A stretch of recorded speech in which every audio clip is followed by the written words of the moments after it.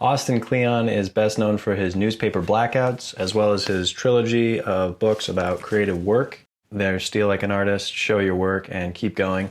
I also really like his newsletter that he sends out every week, which has a bunch of inspiration about creativity and different projects he's working on. I want to share my 5 favorite ideas from Austin Kleon, many of which are stolen from other artists that he gets inspiration from. You can interpret stealing like an artist any way you want. At one point, I drove an ice cream truck, but then I was arrested for theft. I'm Jono. I'm a mechanical design engineer and product manager. I work on consumer products. And sometimes I think about creativity. In 2006, when I was in college, I went to a half-filled chemistry lecture hall, and instead of a technical presentation, it was Linda Berry talking about how we can harness our childhood curiosity to be more creative.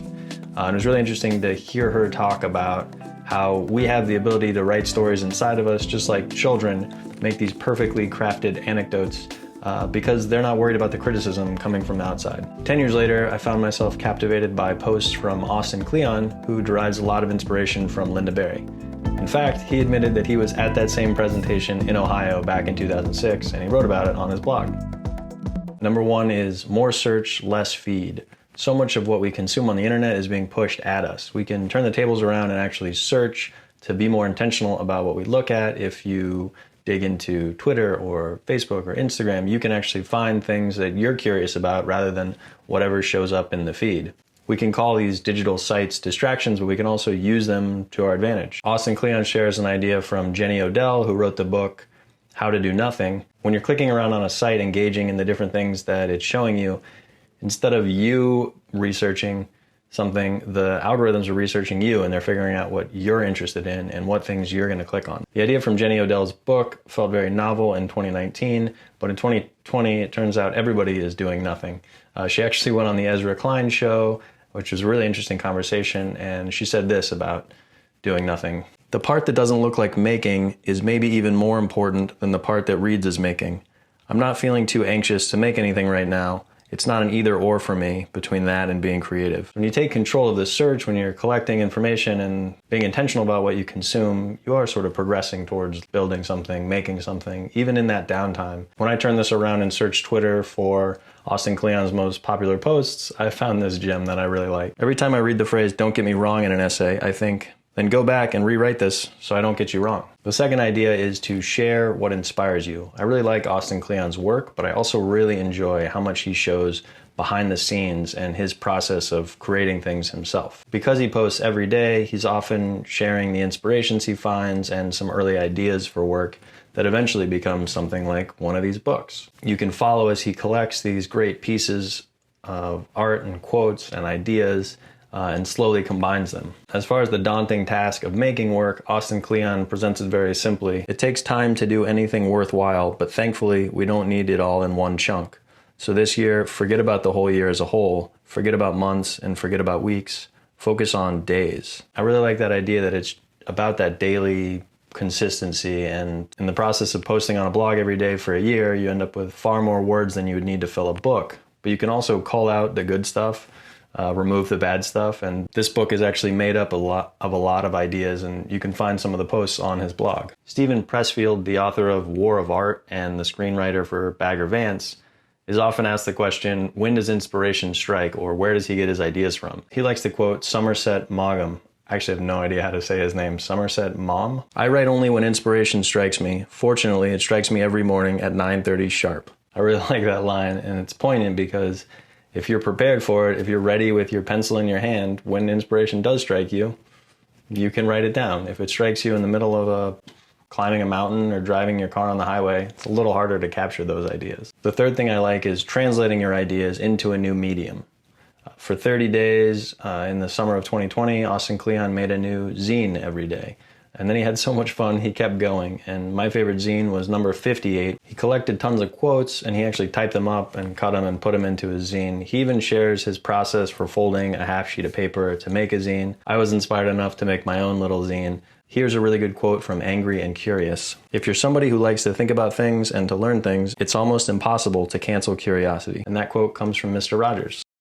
The zine actually inspired me to think a lot more about curiosity, and I ended up writing a piece that doesn't get a lot of attention on my blog, but it's one of the favorite things that I wrote. I took this one line I like from Alex Trebek and actually ran with it and made a whole piece around some of the ideas in it. I'm curious about everything, even subjects that don't interest me. The fourth idea is the Groundhog Day approach to creative work, because it's not this momentous occasion where you sit down, close your eyes, and you have this brilliant idea. It doesn't work like that. It's actually a slog where you show up every day and the ideas come, many of them are bad, and you eventually come up with the good ideas. Austin Kleon encourages people to treat their day like a 9 to 5. A nice quote about this is from Annie Dillard, who wrote Pilgrim at Tinker Creek, and she says, "How we spend our days is also how we spend our lives." So it's important to pick an idea and stick with it. He has this line, "Every day is Groundhog Day," and the idea is that you treat every day the same and you sit down and do your work, and it takes that effort to come up with the great things. In talking more about treating your day like Groundhog Day, Austin Kleon says this: "You don't know if or when success will come for you. The best thing you can do if you want to be an artist is to set up your life in such a way that you're sort of insulated from success or failure." And I like this idea that what you can control is the work that you do and whether or not you show up each day.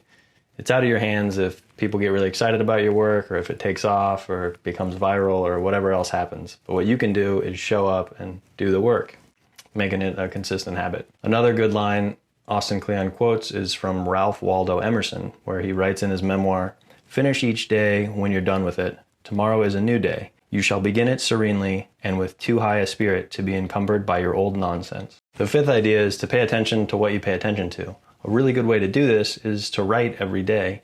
And if you write down in a journal, stream of consciousness in the morning, you're going to get a lot of observations and you're actually going to see what it is you write about. Inspired a lot by Austin Kleon and other writers like Ryan Holiday, I've been writing in a journal for the past 5 years or so.